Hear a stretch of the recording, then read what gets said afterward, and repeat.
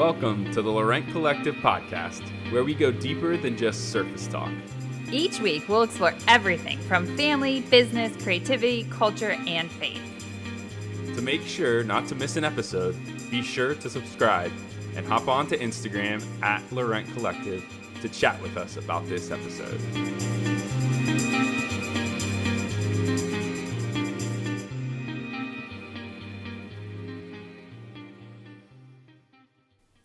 Summer is here, which hopefully means slower days, some time off, and more family time. With this in mind, we're doing a summer series of shorter podcasts with some quick thoughts to encourage you. We hope these are fun for you to listen to while you enjoy your summer. So today, well, it's not today, it was yesterday. We have been married for 19 years. It feels like that's not possible. I am really excited about that. You are. That might not have sounded very excited. Next year is 20. That I cannot, that's just, yeah. It doesn't make any sense. It doesn't make sense. It doesn't make any sense. So we thought we could probably go have a very long podcast about this at some other time, but we were just chatting and talking about the fact that, 19 years ago when we got married, we probably had perceptions and thoughts about what marriage would look like. And thinking, when I walked down that aisle, like, oh, this is how this is going to be from this day forth, and those kind of things. And oh yeah, we could go way deep. We could go really deep, and we probably will. I think we will. I think it's a great topic to talk about if you guys would like to hear about it. Yeah. But we thought we'd just do, since we're in this summer series, like a quick, here are some things that surprised us about marriage or those kind of things. A thing to note, obviously, we are older, but we were, because some people, I feel like when we say that, people are like, you've been married 19 years. It's very much a surprised. Yeah. And so I literally got married 2 months after I graduated university. So I was, what was I, 23? 23, yeah. And you were 20? I think it was 24. And you turned 25. I was about to turn 25. Months later. Yeah. So literally, I think we had to pull strings to rent a car for our honeymoon because we weren't even 25 Oh yeah, yet, that's remember? right. I think your parents or somebody had to help us in order for us to have the insurance to be able to rent a car. Yeah, I forgot. That's how young we were. Oh my gosh. Yeah, so we were stepping into it in very different stages of very different seasons of life. I had just graduated university. You were already in a job for several years. Yeah. It was just, and if any reality set in very quickly, it would be on the flight to our honeymoon. We just went to Florida in the States, and luxurious. I know. It was fine. It was. I get motion sickness really bad, and it was not that I had drank a lot the night before or anything like that. I actually probably just hadn't had enough to eat because when you think, when you're picking out the meal for your wedding, and so you're like, oh, I can't wait to sit down and eat this. That I think someone else, one of my bridesmaids, and I don't know if she remembers this, but even ate my piece of cake. We did the little cake cutting. We did the cake cutting. We fed each other all nice and all that. And then I sat down to eat the piece of cake and then got sidetracked because someone was talking to me and got up and came back to get my cake. And I looked at my friend and I was like, what are you doing? That's my cake. And she's like, oh, I didn't think you were going to eat any more of it. So I didn't want it to go to waste. And I never even had another piece of cake. So until our year anniversary, which we grossly did the whole freezing tradition. And it was disgusting. That was gross. Oh, it was freezer burn. It was gross. Anyway, we gave it a go though. So on our flight, we are touching down in Florida, and it's hot. It was it was July, so it was really hot and humid in Florida. And there's something about when you start to taxi, that's the part that makes me really sick when you're going to the airport. You have a motion sickness. I have really bad motion sickness, and for whatever reason, the lack of food I have had, I was probably dehydrated and just tired. Because we left the day after our wedding, I started getting sick, and so here's Pat. I yelled for the closest person to throw me one of the bags. Yeah, we were trying to find one of the throw it bags. So somebody gave it to me, and then people were saying to Pat, oh my gosh, is she okay? And he's like, it's all right. We're just on our honeymoon. Yeah. That's how our honeymoon started. And then something happened that I feel like we got there and then we couldn't, for whatever reason. You were really hungry actually. Because a lot of people don't go to Florida in July because it is so hot. I was really hungry. Couldn't find any place to actually get food because we just wanted simple food to take back. It was later in the evening. It was later so in the I think evening. That's probably why. We ended up getting Subway, you guys. Oh, that was the first night of our honeymoon. And very romantic. I think I ate it in bed and fell asleep because I was so, like, I just felt horrible. Yeah. So there is my expectation for the rest. Eating Subway in bed? Of our marriage right there. Just going, okay, this is how it's going to go. Yeah. So, you know, even those like, oh, the first night of your honeymoon. And so, I mean, all of those things quickly were thrown out the window of like, oh, no, this is real life. Well, I think that's even like, just to even think about that, like this whole expectation of like, you know, your first night of marriage and all that kind of stuff. Like we were exhausted. Yeah. Like tired from the wedding and all the festivities in the week, and we just wanted to go to bed. So, it's there's so much stuff, but I think back to that time and think like, gosh, like we had no clue what was coming, the challenges we would hit. You know, you just, even if you have prepped for marriage, which we had not really that much. We thought we were ready. I mean, we did the normal, traditional, general thing that but not, dive into. Not really a whole lot of stuff. We really hadn't talked about a lot of some of the things that probably were key that we should have talked about before. Now that we help other people, we should talk about this because we didn't do that. I think that's why we love doing it with others. Yeah, exactly. We want to have other people be more prepared and maybe have I mean, it's just sad. It sounds sad, but it's real. Like to have more realistic expectations instead of that kind of like Disney, like feeling like you go off in the white carriage and then like live happily ever after. Like there's a reason there's not a lot of movies of the. Well, after. I don't know if it's necessarily a Disney. Well, there's definitely aesthetic. It's a romantic rom-com. All of those things. Most Disney movies have a parent that's probably dead. Well, no, I know. Yes, that is true. There's always a sad bit, but there's always this silver lining ending. In general, Disney's gotten better at that recently in Pixar and stuff. But all that said, like there's just that general feeling, and so we hit a ton of challenges very quickly, and then we've had or even just in general. I think our expectation of you get married, like the steps of a quote unquote like normal life. I think we were trying to set into that rhythm, right? We've bucked that system, haven't we? Our life has been anything but normal in so many different ways. So. Yeah, and you know, we did wait 5 years to have kids. We had actually decided we were going to wait longer. That we were going to wait like a couple more years before we were going to try having kids. But literally, when we had that conversation, I was pregnant, which we did not know. We did find out a few days later, but so that changed things, and I would not change having Zane or anything like that. But we had definitely that part of our story. No, we had definitely said like we're gonna wait to have kids longer because we feel like we want to just be a married couple for a little bit longer. But still, 5 years was good. I'm thankful we waited 5 years. For us personally, that was the right thing to do, just because we had a lot to work out in those first 5 years for sure. Yeah, definitely. And I think that's the thing is that it sounds exhausting when I say this, but like that never stops. Like even though we've been together for 19 years, and I mean, we were dating for several years before that. So it's been over 20 years we've been together as a couple. Yep.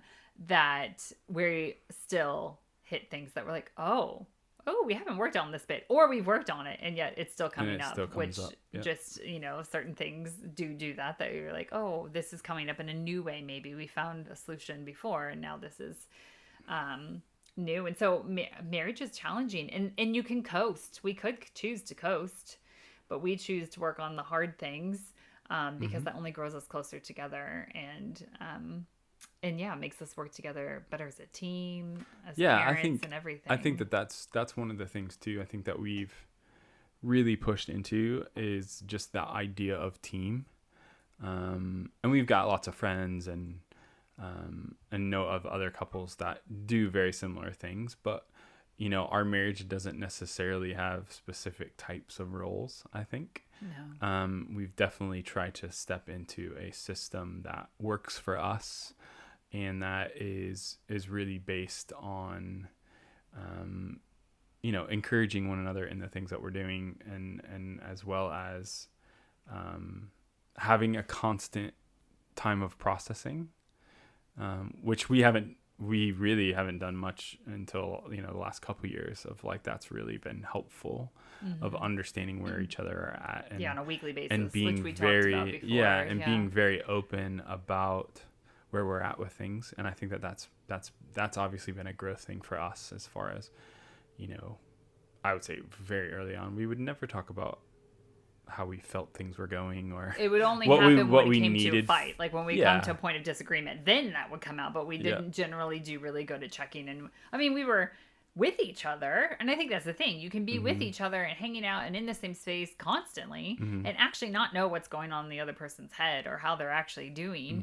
You can pick up on it sometimes, but sometimes like somebody's dealing with something and you have no clue unless you ask. And so we have been way more intentional, and I think that's why, you know, I feel like we've seen our marriage grow a lot in like the last, you know, 6-7 years or so. It's because we've been way more intentional of that, like weekly check-in, like how are you, and that kind of thing. I mean, it doesn't mean we don't check in daily too, but like really asking some specific questions weekly as well. And I think you know, for us, there were two things that we did hit a point in our marriage where we had another couple really guide us and help us understand that, like, even though we didn't have kids yet at the time, that we were a family unit, that the two of us were a family unit, and we had to make decisions that were for our family. And it's always weird to say that, I think, when you don't have kids and when you're in that stage of life of like, but that comes, I think a lot of people say things like, well, we'll deal with that when we have kids. And it almost, I mean, yes, but like, if you can deal with some of that stuff, and when I say deal with it, like making decisions by the two of you, and not letting outside forces always constantly in to make those decisions for you. And it can be something as simple as, you know, when you get married, and depending if you live close to both of your families, like, okay, we can't be two places at the same time, and we want to be together at Christmas time, for instance. Just pick that holiday. It means that, like, we are going to make the decision of whose house we're going to be at and that kind of thing, and how we're setting that up, instead of allowing our outside families to make those decisions. And that's just something very simple. I mean, it's not simple, actually. It can be really complicated because there's lots of dynamics in that, and you're then possibly giving up your tradition that you're used to and that kind of thing. But it does set you up then if you decide to have children, because you then obviously you become a larger family unit, and like we have to make decisions that maybe our parents or other relatives may not like completely agree with, but like we have to make that decision for our family. But we had to do it before we had kids too. We just had to set definitely a up new that level of it when you have children. Yeah, we had to set up that new rhythm that, you know, that we are kind of the initial line of, you know, this is what's actually going to happen. And then I think it's so important to share like the importance of influences outside of the marriage. Like we definitely probably weren't the best at that initially, but as again we've grown in our marriage and we've grown in our relationship, like we have understood how to, you know, put those barriers up and realize like we're a unit and we make decisions for us, and don't necessarily allow a lot of outside, you know, decision making in that sense. You know, we have to do what's right for us and then our unit, our family unit. So it also sets us up then when we did have kids too, is that our kids, and we say this to them all the time, and they understand certain things in this thinking line, like our marriage comes first and our kids come second. And when I say that, some people cringe and they're like, how can you say that? Like, but it's for us, if our marriage is not, and I believe this is true, like if our marriage is not functioning and we're not healthy and things like that, we can't be the best parents to our kids. If we're having like, you know, if we are in a disagreement and stuff like that, it ends up like yuck, it ends up spills going into on everything. to them. It spills onto the kids and stuff. And so, you know, it's the things that we do on a constant basis, you know, for us, you know, it's that weekly check-ins. And like when we were in lockdown and stuff, on Friday mornings, we would grab our cups of tea, come into our bedroom and shut the door and say like mommy and daddy are having like their check-in time and stuff like that. And like explain to the kids, like, this is an important part of our marriage. And like, if we don't do this, I mean, they've seen us, you know, yell at each other and stuff like that. And so they know like it can get to that point if we're not working on things constantly, or, you know, I'm just using recent things because date nights have not been out of the house. They've been in the house because of COVID. Well, not And just so, because of COVID. well, I I mean, we've think done that too because that's of what money and we've stuff always like made that. those types of decisions. I think just the idea of creating space for us to grow together, have fun, to really kind of deepen our relationship in different ways. Like, I think that's been so important, and that comes first. Exactly. Before our kids. Yeah. I mean, they just know that. Yeah. And they know, now that we have a teenager that likes to stay up later and come and like hang out with us and stuff like that. Like if we have put that as a date night, we've made a meal and then we're like, oh, sometimes we watch something, we're going to play a board game or just chat. He came up a couple weeks ago and we were just chatting on the sofa and he was like, can I join you? And Pat turned to him and said, oh, you can't, because this is actually mom and dad's date night. And he was like, really? And we're like, really? Yeah. Any other time we would say, yeah, sit down, hang out with us and stuff like that. But we were like, no, we need our time right now.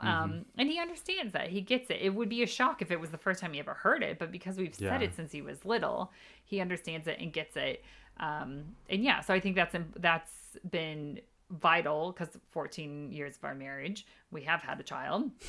And so obviously it looks different at different seasons, but they have understood, like, mom and dad are going on a date, or when we do go out, sometimes I'll get dressed up. And I remember one time, like, Veda, like, oh, can I pick your dress out, and like helping me pick things out, and like even her seeing that I think like helps her kind of understand like what things look like and stuff like that. And then they see the realness. We tell them all the time, if we are in a fight, like the phrase that I constantly say, because we tell them, like, let's try not to yell, let's use your words and stuff like that, but obviously we're not perfect and we do that sometimes too.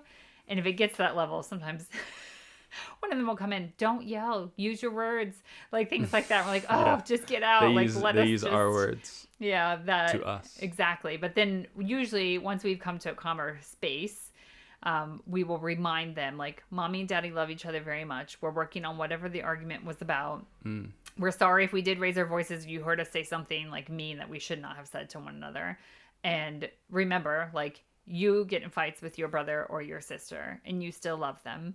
And this is what it looks like to live with somebody and get annoyed with them or frustrated with them, or those kind of things. Like, this is real life right here that you're seeing. And that kind of thing. And hey, we did work it out, and sometimes we can share with them, this is how we worked it out, or that kind of thing. But I think that's been really big as well.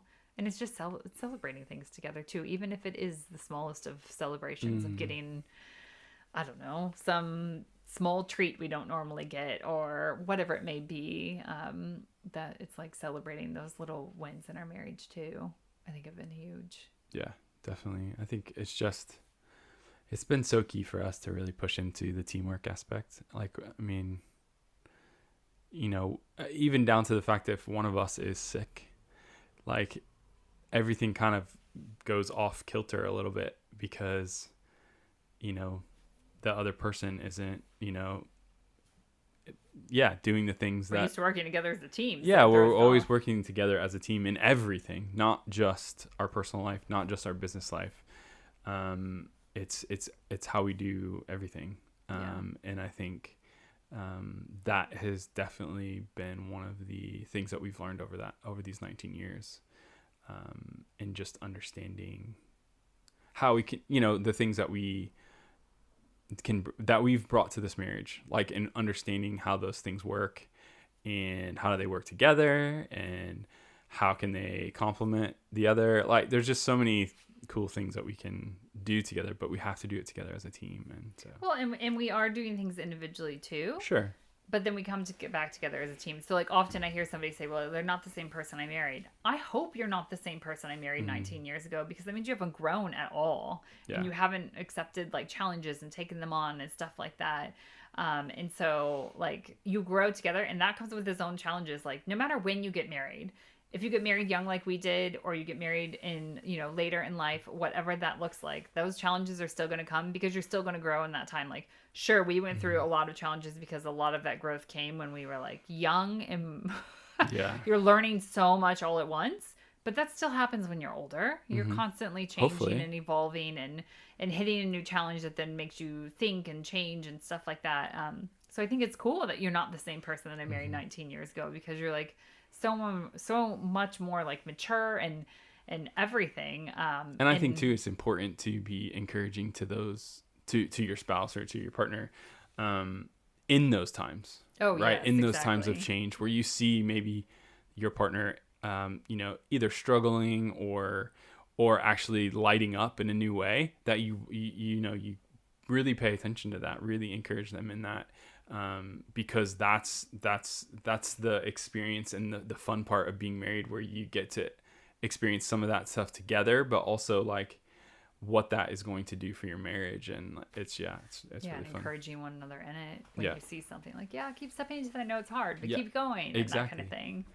Yeah, I mean, we probably will do another podcast on. I guess that's a good place to say, like, why we'll stop here, because we could probably keep talking, and we're doing this shorter summer series. But with that, like, we'd love to hear from you guys. Like, ask us any questions. We are not experts by any means. So let's just say No. that. I don't believe when someone says they're a marriage expert, I don't fully believe that, because you are always learning and running into new things. So there's no expert status here. You have experience. Yeah, I was going to say, we're not experts, but we've had lots of experience in Exactly. 19 years. So, yes. So that, what would you like to know? That through the experience that we've had, do you have any questions of things?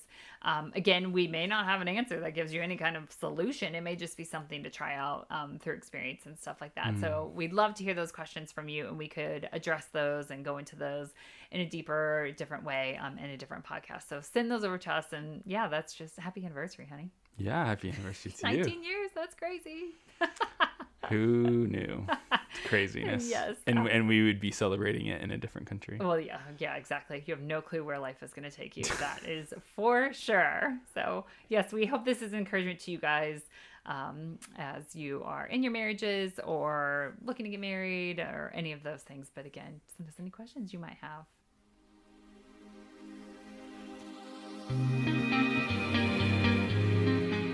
Thanks for joining us on today's episode of the Laurent Collective podcast. If you enjoyed today's podcast, be sure to subscribe and leave a review, which helps others find our podcast.